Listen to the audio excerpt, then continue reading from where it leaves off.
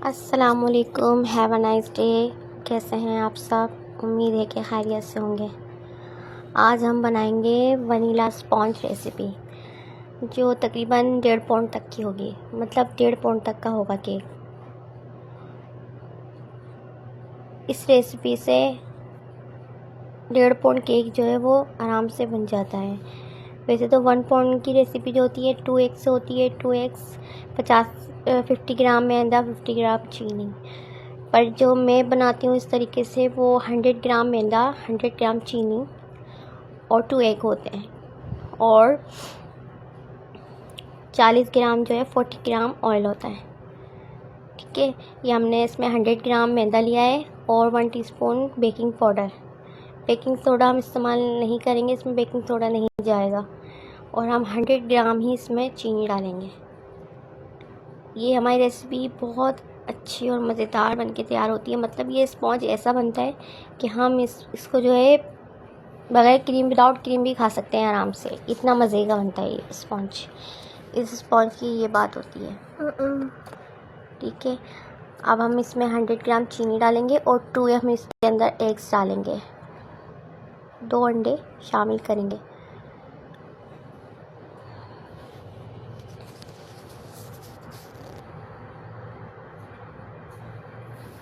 ये हमने इसमें 2 एग्स डालें पहले 1 बाय 1, क्योंकि अलग अंडे जो है हमें सेपरेट तोड़ लें।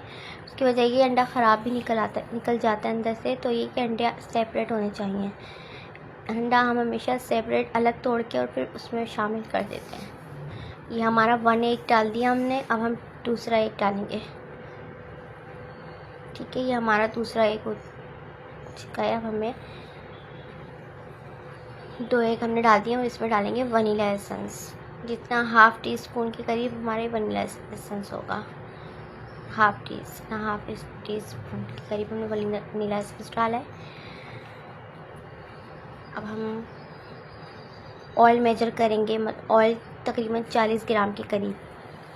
अगर हम हाफ़ क्वांटिटी बनाएंगे, वन एग बनाते तो हम इसमें 20 ग्राम डालते, लेकिन हमने 2 एग से बनाई है तो इसमें हम 40 ग्राम जो है ना ऑयल डालेंगे। ठीक है, हाफ मतलब एक अंडा होगा, 50 ग्राम चीनी, 50 ग्राम मैदा और 20 ग्राम ऑयल। ठीक है, अब ये हम डबल कर रहे हैं, इसके 2 एग से कर रहे हैं, तो इसमें 100 ग्राम मैदा, 100 ग्राम चीनी और 2 एग्स और 40 ग्राम जो है वो ऑयल है। ठीक है, रेसिपी में बार बार रिपीट इसी वजह से कर रही हूँ। अब हम इसको बीट करेंगे। बीटर कम से कम भी आपका 400 वाट का लाजमी होना चाहिए। अगर आपका बीटर सही होगा तो आपका काम भी आपके लिए बहुत आसान हो जाएगा। ये देखें, इसका कोई टाइम नहीं होता है बीट करने का, इसका कोई भी टाइम नहीं होता। बस ये है कि हमें आप इसको इस पर नज़र रखनी पड़ती है कि इसको हमें कितना बीट करना है। ठीक है, ये सब फ्लफ़ी हो जाता है, वाइट, इसका कलर बिल्कुल चेंज हो जाता है और ये फॉर्म मिक्स की तरह हो जाता है। मिक्सचर ना बिल्कुल फॉर्म की तरह हो जाता है। फिर समझें कि आपका बैटर जो है वो तैयार हो गया। अब जब ये बैटर इस तरह तैयार हो जाएगा तो फिर हम इसमें ऑयल आहिस्ता आहिस्ता 1 स्पीड पर करके फिर हम इसमें ऑयल शामिल करेंगे। अभी हम इसमें शुरू में ऑयल नहीं डालेंगे, ऑयल हमें एंड में ही डालना है। ठीक है,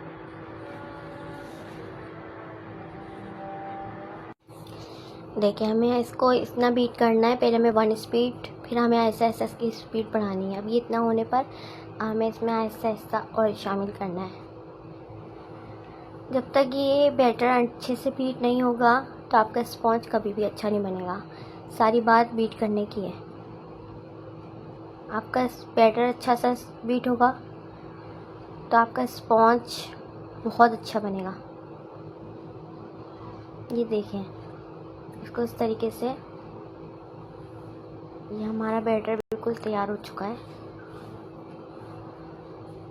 रेडी हो चुका है, बिल्कुल तैयार, बिल्कुल का कलर वगैरह चेंज हो गया। अब इसमें हम ऐसा करके थोड़ा थोड़ा करके मैदा शामिल करेंगे और कट एंड राउंड के तरीके से इसको मिलाएंगे। आहिस्ता आहिस्ता थोड़ा थोड़ा डालेंगे और फिर इसको शामिल करेंगे। पूरा एक साथ नहीं डालना, वरना इसमें फिर लम्स बन जाते हैं और जो केक में मतलब सही से स्पॉन्ज रेडी नहीं होता, फिर वो लम्स बन जाते हैं। लड्डू की शक्ल में जो है ना तैयार हो जाता है, फिर उसके अंदर लम्स जाके अगर हम सही से इसको बीच में शामिल नहीं करेंगे। स्पैचुला से इसको आहिस्ता आहिस्ता आराम से बस एक ही राउंड में, एक ही शेप में हमने इसको मिक्स करना है। इसका तरीका ही यही होता है स्पॉन्ज बनाने का।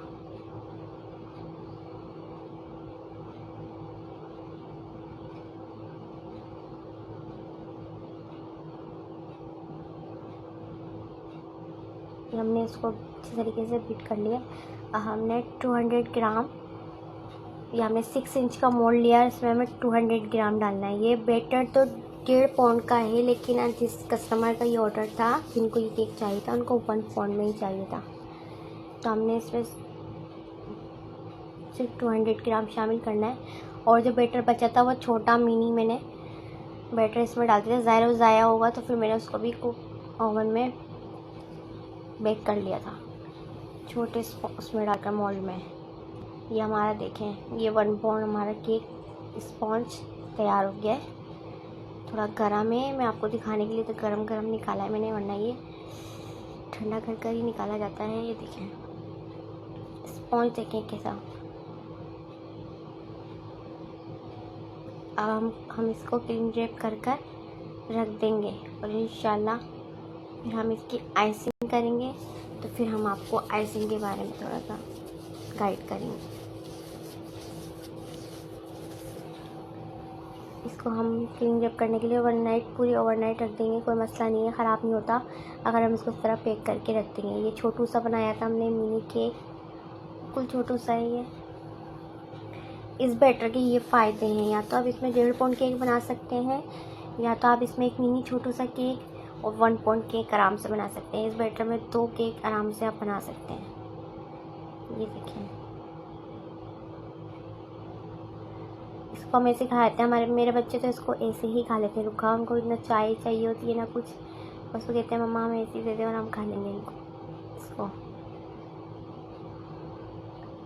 बस हम अब इसको रख देंगे और फिर हम आप कल जो है इसकी आइसिंग की रेसिपी शेयर करूँगी इंशाल्लाह। ठीक है, अपना ख्याल रखिएगा, दुआ में रखिएगा। अल्लाह हाफिज़, बाय बाय।